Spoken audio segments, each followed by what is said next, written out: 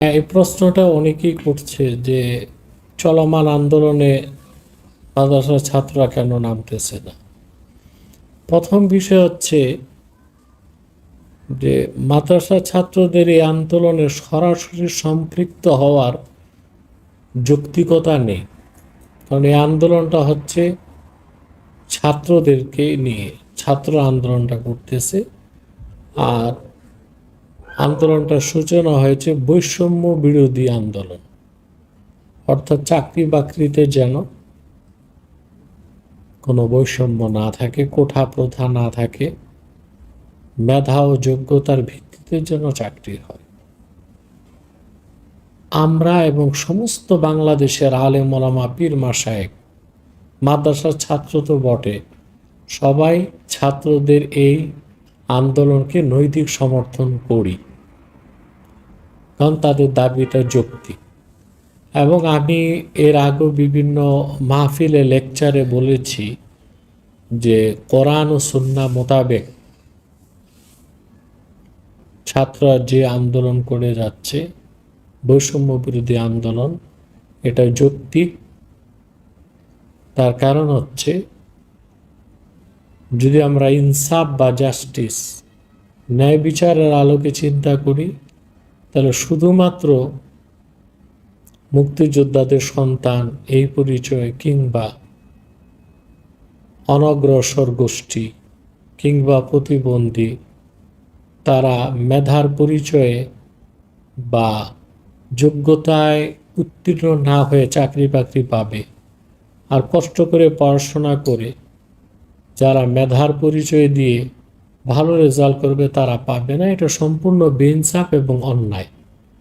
সেজন্য শরীয়তের দৃষ্টিকোণ থেকে আমরা ছাত্রদের এই দাবিকে সমর্থন করি এবং নৈতিকভাবে সকল আলেম ওলামা পীর মাশায়েখ, মাদ্রাসার শিক্ষকগণ এবং ছাত্রগণ এটা সমর্থন করে। এখন সরাসরি আন্দোলনে তারা যাচ্ছে না কেন? কারণ যারা মাদ্রাসার ছাত্র, বিশেষ করে কওমি মাদ্রাসা কেন্দ্রিক, তাদের তো কোনো চাকরি বাকরির সুযোগ নাই। কারণ তারা যতই পড়াশোনা করুক, রাষ্ট্র তো তাদেরকে কোনো সরকারি চাকরিতে নিবে না। অতএব তাদের সরাসরি আন্দোলনে সম্পৃক্ত হওয়াটা অযৌক্তিক হয়ে যায়। বাকি দ্বিতীয় বিষয় হচ্ছে, মানবিক কারণে তো এই আন্দোলনে তারা আসতে পারে, যেহেতু এই আন্দোলনটা এখন জাতীয় আন্দোলনের রূপ নিয়েছে। সকল পেশা, সকল শ্রেণীর মানুষ এই আন্দোলনকে সমর্থন করছে। সেই দৃষ্টিকোণ থেকে মাদ্রাসা ছাত্রদেরও এই আন্দোলনে আসা উচিত ছিল। কিন্তু আসলে আন্দোলনকারীদের উপকারের চেয়ে অপকার বেশি হবে। কারণ হাজার হাজার লক্ষ লক্ষ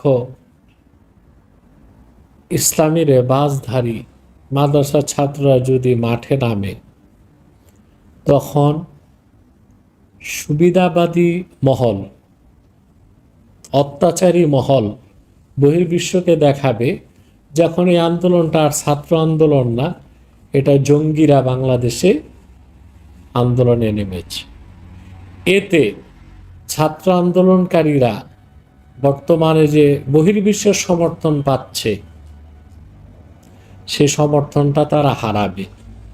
অতএব ছাত্ররা যদি সরাসরি আন্দোলনে সম্পৃক্ত হলে ছাত্র আন্দোলনটাই বুমেরাং হয়ে যায়, তার চেয়ে তো ভালো সরাসরি সম্পৃক্ত না হয়ে লেখালেখি, বক্তব্য কিংবা নৈতিকভাবে সমর্থন দেওয়াটাই উচিত।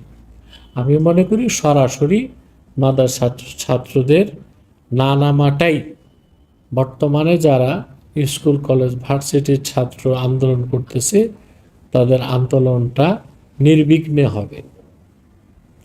দ্বিতীয়ত, 13 সালের 5ই মে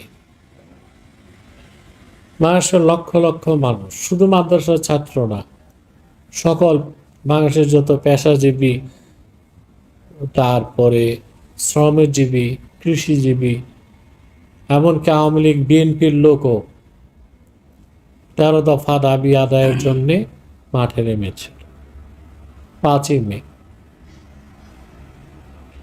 তো 5ই মে তো শাপলা চত্বরে আমার যে বক্তব্য এটা দেখেছে মানুষ, আল্লাহ ভালো জানেন আমার বক্তব্যটা সবচেয়ে বেশি প্রচারিত হয়েছে।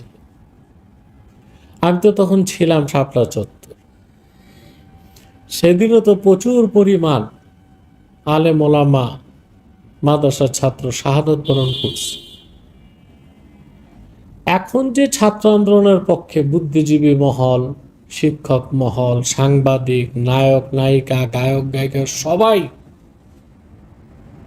এই আন্দোলনে সমর্থন দিচ্ছে, দুঃখ প্রকাশ করছে, এবং এটা অমানবিক নির্যাতন হচ্ছে ছাত্রদের উপর, নিরীহ মানুষের উপর। তো 5ই মে যারা শহীদ হয়েছিল তারা কি মানুষ ছিল না? তখন এই বুদ্ধিজীবী মহল কোথায় ছিল? শিক্ষকরা কোথায় ছিল? কবি সাহিত্যিকরা কোথায় ছিল? তা কি ন্যূনতম প্রতিবাদ করেছিল অত্যাচারীর বিরুদ্ধে, জালেমের বিরুদ্ধে? ন্যূনতম প্রতিবাদ তো তারা করে নাই। তাহলে এখন আগ বাড়িয়ে মাদ্রাসা ছাত্ররা যদি মাঠে নামে, তখন তো বা শিক্ষকরা বা তাদের মুরব্বীগণ তাদেরকে যদি মাঠে নামতে বলে, আর ছাত্ররা যদি বলে, যে তখন স্কুল কলেজ ভার্সিটির শিক্ষকরা ছাত্ররা কোথায় ছিল, বুদ্ধিজীবীরা কোথায় ছিল? এখানে একটা প্রশ্ন চলে আসে। অতএব সব দিক বিবেচনা করে আমি বলবো যে মাদ্রাসার ছাত্র যারা, শিক্ষক যারা, আলেম ওলামা যারা, তারা মূলত এই ঘটনায় ব্যথিত। এবং এতগুলো এই যে স্কুল কলেজের ভার্সিটির ছাত্র, আমার চোখেও পানি আসে এদের নির্যাতন দেখলে। এরা তো আমাদেরই সন্তান।